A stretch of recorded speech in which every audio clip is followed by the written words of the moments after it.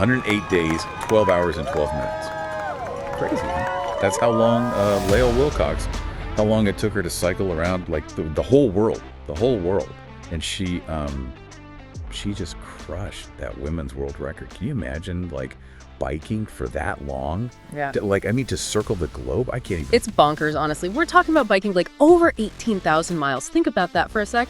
That's like going from New York City all the way to LA 7 times. Mm-hmm. And this wasn't exactly a casual ride in the park either. Not at all. We are talking like mountains and deserts and crazy heat, you name it. Yeah. So like to give you an idea, the previous record, it was set back in 2018, and that was 124 days. Wilcox she destroyed it, like totally blew it out of the water. It's wild, right? And you know, what's really interesting here is this isn't just like a physical endurance thing. When you really think about it, the sheer, I don't know if the scale of this challenge, I mean, she was averaging 175 miles a day. Each day. It's like, at that point, it's just as much about mental strength, honestly, as anything else. Yeah, absolutely. And, speaking of mental strength, that Outside Online article, it said that Wilcox, she once rode 271 miles in one day. Yeah. Just to get away from this crazy heat wave. Wow. That's like biking from San Francisco to Los Angeles all in one go. I get winded just thinking about it. Yeah, wow. Just try to picture the logistics of all of that for a second. Even if you're physically capable, I mean, where do you find the mental strength, the reserve to just power through that kind of exhaustion day after day after day? And that's where that mental game really comes in. Unbelievable. And, and we have to remember here, it wasn't just like pedaling until she just couldn't pedal anymore. Wilcox, she had to follow all these strict rules from Guinness World Record. Oh, totally. So she had to go west to east, right? Yeah. And she had to stick to this very specific route, predetermined, no cutting corners. Wow. Yeah. And to make it even more challenging, she had to pass through specific points, antipodal points on the globe.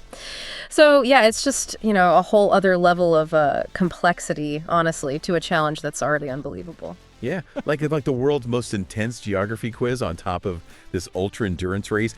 Like no private jets, none. To get across the ocean, Wilcox had to fly commercial, just like we would. Can you imagine, like getting off a long flight and then having to get on a bike and cycle across a whole continent? That's intense. Talk about dedication. But speaking of support, that Outside Online article, they mentioned Wilcox's wife, Rujal Khalidite. She was there, right? Documenting the whole thing, which kind of makes you wonder, in a challenge like this, how much does a support crew even help? Oh, that's a really good question. Because, I mean, yeah, even if you have someone there, right, to help with all the logistics and, keep your spirits up and all that, it's still the physical and mental burden. It's all on Wilcox, right? But what's interesting is that whole thing about human connection, it kind of speaks to a bigger theme, isolate herself, in this bubble of record breaking and nothing else. Yeah, for sure. It wasn't like a solo mission, right? It talked about how she invited fans and other cyclists to ride with her, along the route. Can you imagine being out for a casual ride and then suddenly you're part of a world record? Right. That's so cool. And it just it says a lot about Wilcox, her personality, her whole approach. It's she took this thing that could have been this, I don't know, solitary thing, and she turned it into a global cycling party. Oh, totally. Over 3,000 people. They joined in over the whole thing, throughout the whole journey, which is wild. And there was this massive turnout in San Francisco, they said.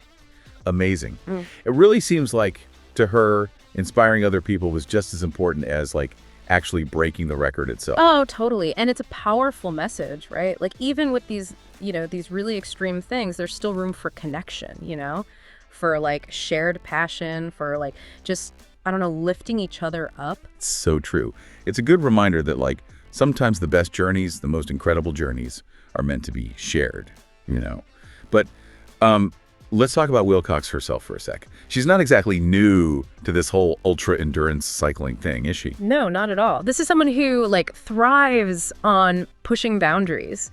Outside Online called her, get this, a decorated ultra-cyclist and bike-packing racer, and, they weren't exaggerating. The stuff she's done is incredible. She holds records in all these other crazy races, the Tour Divide, the Trans Am. Yeah. Didn't she win the Trans Am, back in 2018? Right. Which, for anyone listening who doesn't know, that's, a whole other beast. It's this race across the entire U.S. And then there's her record in the Tour Divide from, what was it, 2015? Which is basically, the ultra marathon of bike packing. Totally. And what's really interesting to me is that like really consistent picture of Wilcox, you know? Like, yeah, she's physically strong and determined, obviously, but she's also known for having this really positive attitude all the time. Yeah, like she just embodies that one pedal stroke at a time attitude. Yeah. You know, which I don't know, makes you think about like all the limits that we put on ourselves, you know? 100%, yeah.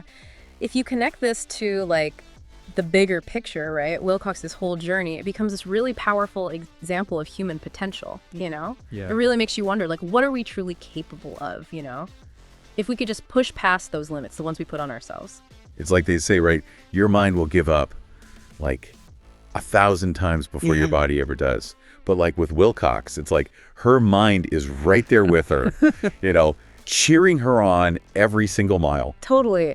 It's like a reminder that we're capable of so much more than we think. You know, we get so caught up in like the obstacles and all that, that sometimes we forget that the hardest part is just starting. Just getting on the bike and going for it. So, you know, as we kind of wrap up our deep dive here, I'm curious, like, what really stands out to you about Wilcox's accomplishment? You know, I think beyond just like the whole incredible feat of, you know, cycling around the world, right? It's the spirit of it all, you know? Yeah, she broke this huge record, but she also created this whole experience. Like, she fostered this community. And in doing that, it's like she reminded everyone that, you know, when we push ourselves past our comfort zone, you know, past those limits, incredible things can happen. Well said. It's not always about the finish line, right? Yeah. It's about the journey and who we share it with. Exactly. And that kind of brings us to like a final thought for everyone today. Lael Wilcox's journey, it's seriously inspiring, but it also kind of begs the question, you know, like what seems impossible to us, you know? What could we do if we just believed in ourselves a little more? What would it take for us to like embark on our own around the world adventures, you know? Whatever those may look like for each of us. Wow, what a question. What a great question to end on. It's a good reminder that sometimes the greatest journeys, they start with just like a single step or, you know, in this case, a single pedal stroke.